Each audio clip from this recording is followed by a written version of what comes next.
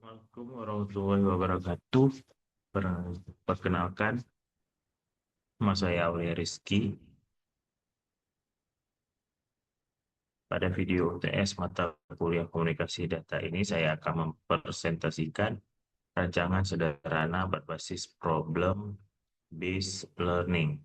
Judul yang saya angkat adalah analisa penerapan model OSI, topologi star, paket switching, dan error control pada jaringan komputer laboratorium kampus.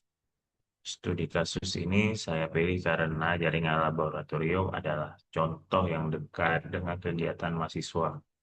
Di dalamnya ada komputer klien, server, switch, router, kabel jaringan, dan tentu saja komunikasi data yang terjadi setiap kali penggunaan mengakses layanan.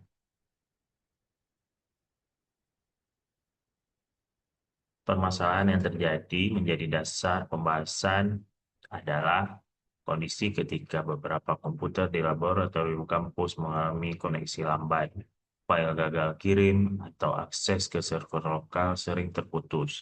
Dalam pendekatan PBL, kita langsung menghafal teori. Kita tidak langsung menghafal teori, tetapi memulai dari masalah nyata, lalu menggunakan konsep komunikasi data untuk mencari solusi. Pertanyaan umum adalah, bagaimana menganalisa gangguan komunikasi data secara sistematis? Untuk menjawabnya, saya menggunakan 4 konsep utama, yaitu model OSI sebagai peta analisis, topologi star sebagai rancangan fisik, paket switching sebagai cara pengiriman data, dan error control sebagai mekanisme menjaga kebutuhan data.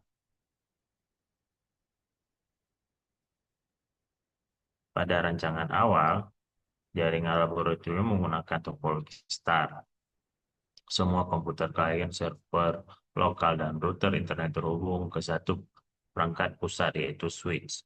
Switch berfungsi sebagai pusat koneksi yang meneruskan frame ke perangkat tujuan berdasarkan alamat MIC atau MAC. Dengan struktur ini, ketika suatu komputer mengalami masalah, gangguan tersebut lebih mudah disolusikan. Misalnya, jika PC2 tidak terkoneksi, pemeriksa dapat difokuskan pada kabel PC nomor 2, port switch yang digunakan, konfigurasi, serta kartu jaringan pada komputer tersebut.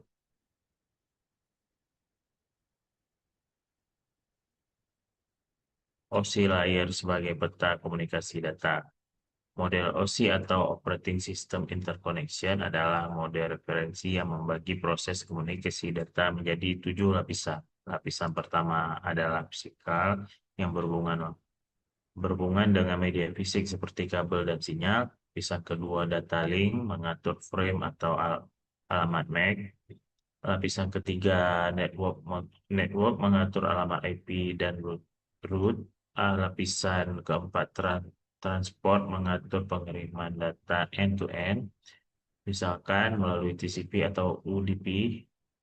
Lapisan kelima season mengatur sesi komunikasi. Lapisan keenam adalah presentation mengatur format data. Dan lapisan ketujuh adalah application berhubungan langsung dengan layanan yang digunakan pengguna. Dengan OSI, proses troubleshoot menjadi lebih terarah. Cara kerja OSI. Saat data dikirim dari satu komputer lain, data tidak langsung bergerak begitu saja. Pada posisi pengirim, terjadi proses encapsulation, yaitu data dibungkus dan informasi tambahan seperti header dan trailer. Data dari aplikasi menjadi segmen di lapisan transport, kemudian menjadi paket di lapisan network, menjadi frame di data link, dan akhirnya diubah menjadi bit di fisikal. Pada sesi penerima, proses dibalik menjadi decapsulation. Penerima membaca informasi dari tiap lapisan, membuat header yang tidak diperlukan, lalu menyusun data agar bisa digunakan kembali. Perbandingan topologi jaringan. Topologi jaringan adalah pola hubungan antar perangkat. Topologi bus sederhana dan murah. Tetapi kabel utama menjadi titik lemah. Topologi ring menjadi alur data yang teratur, tetapi gangguan pada satu titik dapat mempengaruhi komunikasi. Topologi mesh sangat andal karena memiliki banyak jalur alternatif. Tetapi biaya pemasangan tinggi. Untuk laboratorium kampus, topologi star lebih cocok karena mudah dikembangkan, mudah dirawat, dan gangguan pada satu kabel biasanya hanya berdampak pada satu komputer. Kelemahannya adalah switch pusat yang harus dijaga agar tetap berfungsi. Topologi star pada laboratorium kampus. Dalam topologi star, switch berada di tengah sebagai pusat komunikasi. Setiap komputer memiliki jalur kabel sendiri menuju switch. Keunggulan adalah manajemen jaringan menjadi lebih mudah jika satu kabel putus, hanya satu kabel komputer saja yang terganggu, bukan seluruh jaringan. Selain itu, penambahan komputer baru juga cukup mudah dilakukan dengan menghubungkan kabel ke port switch yang tersedia. Namun karena switch menjadi pusat jaringan, perangkat ini harus dilindungi, misalnya menggunakan UPS, penataan kabel yang baik, dan dokumentasi port agar perawatan lebih mudah.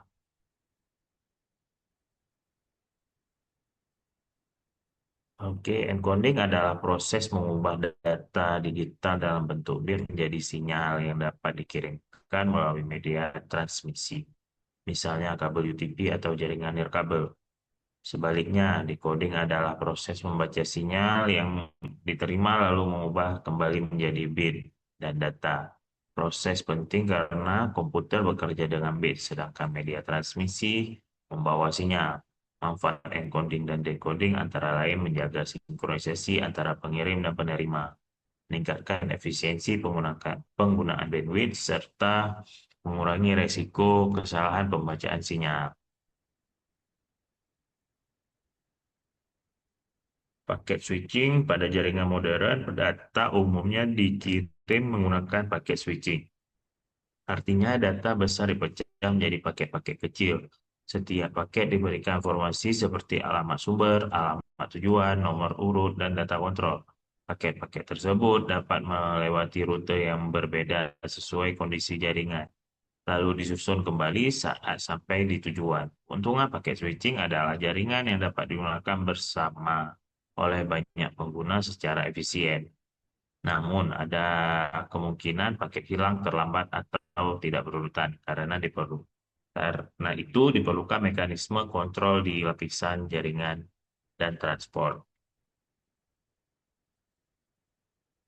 Error control dalam komunikasi data, kesalahan bit bisa terjadi karena noise, kabel yang kurang baik, port switch yang bermasalah, atau gangguan pada media transmisi. Error control digunakan untuk mendeteksi dan menangani kesalahan tersebut. Contohnya, parity check, checksum, dan CRC untuk mendeteksi apakah data berubah selama transmisi.